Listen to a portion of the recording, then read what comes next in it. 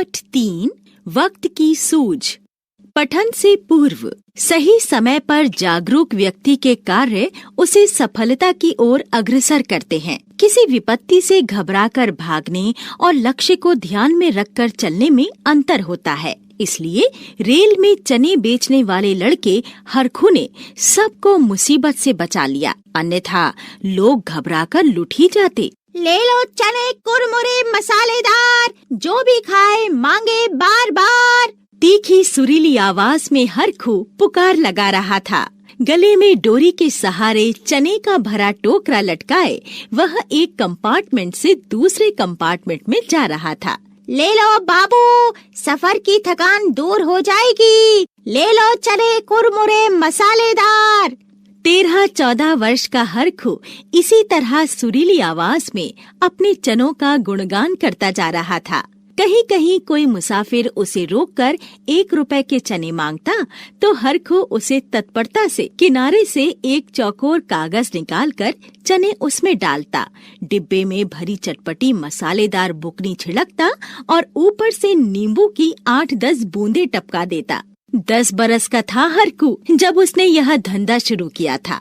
बापू के मरने के बाद माँ और छोटे भाई की जिम्मेदारी असमय ही उसके छोटे नाजुक कंधों पर पड़ी थी। उसका बापू भी इसी तरह इटार से जबलपुर के बीच की लाइन पर रेल में चने बेचा करता था। बापू के मरने पर चने का टोकरा हरखू के गले में लटक गया। पहल तो बड़ा डर लगता था उसे। चलती गाड़ी में एक डिब्बे से दूसरे डिब्बे में जाते समय वह कांप जाता था, संतुलन बिगड़ जाता था, लेकिन धीरे धीरे उसे आदत पड़ गई। सुबह वह जबलपुर से गाड़ी में चढ़ता और इटारसी तक पहुंचता है, फिर वहां से वापस जबलपुर की गाड़ी में बैठकर शाम तक यहाँ आ जाता है। सुबह सुबह उसकी माँ चने भट्ठी में भूनकर उसके टोकरी में भर देती है। यही समय स्कूल का भी होता है। रास्ते में उसे एक सी वर्दी पहने बस्ता टांगे बच्चे स्कूल जाते नजर आते हैं। बड़ा भला लगता है हरखू को। 1-2 पल खड़ा होकर हसरत भरी निगाहों से वह उन्हें देखता है और फिर चल पड़ता है। जब बापू जिंदा थे तब वह भी स्कूल जाता था। अब हरखू अपने छोटे भाई के लिए बापू के कर्तव्य को निभा रहा है। उसे स्कूल में डाल दिया है। अब हरखू को यही संतोष है कि वह नहीं तो कम से कम उसका भाई तो पढ़ ही रहा है स्कूल में। ले लो चने कुरमुरे मसालेदार। हाथ लगाता हरखू आगे बढ़ गया। दोपहर ढल रही थी। हरखू सोच रहा था, आधी टोकरी चने तो बिक ही चुके हैं, बाकी आधे भी जबलपुर पहुंचने तक खत्म हो जाएं तो अच्छा है। यह उसकी वापसी यात्रा थी। एक से दूसरे डिब्बे में होता हुआ वह अब पहले दर्जे वाले डिब्बे में पहुंच गया था। यहाँ अक्सर बिक्री कम होती थी। एक बोगी का दरवाजा खुला देख हरखू अंदर घुसा और उसी तीखी सुरीली आवाज में बोला, ले लो बाबू चने कुरमुरे। भाग यहाँ से। सीट पर पसरे एक मोटे सेठ ने उसे दुत्कारा। जाने कहां से भिखारी घुसाते हैं डिब्बे में। मैं भिखारी नहीं हूँ, चने बेचने वाला हूँ, हरखू बोला। हरखू जैसे ही बोगी से बाहर निकलने को हुआ, अचानक दरवाजे में एक लंबे तगड़े मुच्छैल आदमी को पिस्तौल हाथ में लिए देखकर चौंक पड़ा। मुच्छैल बदमाश तेजी से डिब्बे में घुसा और पिस्तौल का निशाना सवारियों पर साध कर कड़े स्वर में बोला, जो कुछ जेवर नकदी हैं यहाँ मेरे पास रख दो। खबरदार जो किसी ने हिलने की कोशिश की, भेजा उड़ा दूंगा। सेठ और बाकी सवारियां भय से कांप रही थीं। बदमाश ने पांव से धक्का देकर दरवाजा बंद कर दिया था। गाड़ी अपनी तेज गति से भाग रही थी। ऐसे में बाहर आवाज भी सुनाई देने की संभावना नहीं थी। हरखू भी सिकुड़ा सा एक कोने में खड़ा था।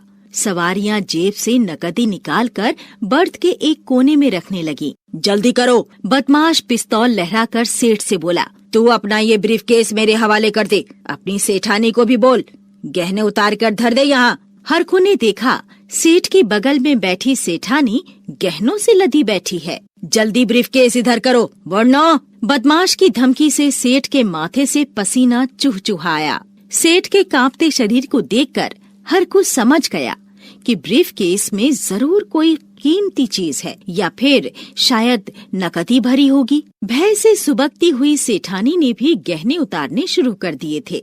हरखू का दिमाग बिजली की तेजी से चल रहा था। अगला स्टेशन पिपरिया अभी 2 घंटे से पहले नहीं आएगा। तब तक गाड़ी के रुकने की कोई संभावना नहीं है। सही मौका देखकर अचानक हरखू ने तत्परता से चाट मसाले का डिब्बा बदमाश की आंख की ओर उछाल दिया। धाएं! साथ ही बदमाश के पिस्तौल से गोली छूटने की आवाज आई और गोली छत से टकराई। सारा मिर्च मसाला बदमाश की आंखों में पड़ गया था और अब वह आंख मलता हुआ दर्द से बिलबिला रहा था। हरखू ने मशीन की तेजी से बदमाश का पांव पकड़कर खींचा। बदमाश संतुलन ना साध सका और धड़ाम से नीचे गिर गया। अब कंपार्टमेंट में बैठे सभी मुसाफिर उस पर टूट पड़े और उन्होंने उसे बांध दिया। एक मुसाफिर भागकर रेलवे पुलिस को बुलाने चला गया। हरखू के टोकरे के सारे चने डिब्बे में इधर उधर बिखर गए थे। चाट मसाला भी दूर दूर तक छितरा गया था। सभी लोग हरखू की सूझबूझ और बहादुरी की भूरी भूरी प्रशंसा कर रहे थे। सेठ हरखू के सिर पर हाथ फेरकर प्यार से बोला, अगर आज यह लड़का ना होता तो मैं लुट गया होता। अगर यह छोटा लड़का ना होता तो आपका नुकसान होता और हम रेलवे पुलिस वाले बदनाम होते। इंस्पेक्टर बाबू हरखू की ओर प्रशंसात्मक स्वर में बोला, शाबाश बेटे, तुम्हें जरूर रेलवे पुलिस की ओर से पुरस्कार दिया जाएगा। मैं भी इसे 100 रुपए इनाम दे रहा हूँ।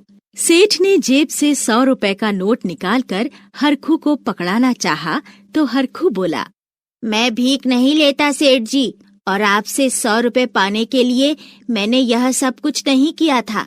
अपने पैसे अपने पास रखो। वाह, कमाल का बच्चा है। एक युवक बोला, तुम्हारा घर कहाँ है? जबलपुर। हरखू बोला, बापू नहीं है, इसलिए जबलपुर इटारसी के बीच चने बेचता हूँ।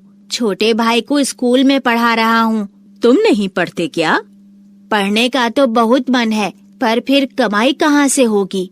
हरखू की बात पर सेठ कुछ देर सोचता रहा, फिर बोला, तुम्हें मैं फैक्ट्री में काम तो दे नहीं सकता क्योंकि तुम बच्चे हो। तुम शाम को मेरी किताबों की दुकान में जिल्द बांधने का काम करना। 2-2.5 घंटे में ही चने बेचने से ज्यादा कमा लोगे। सुबह स्कूल जाया करना। मेरा एक स्कूल भी है, जबलपुर में तुम्हारा दाखिला हो जाएगा।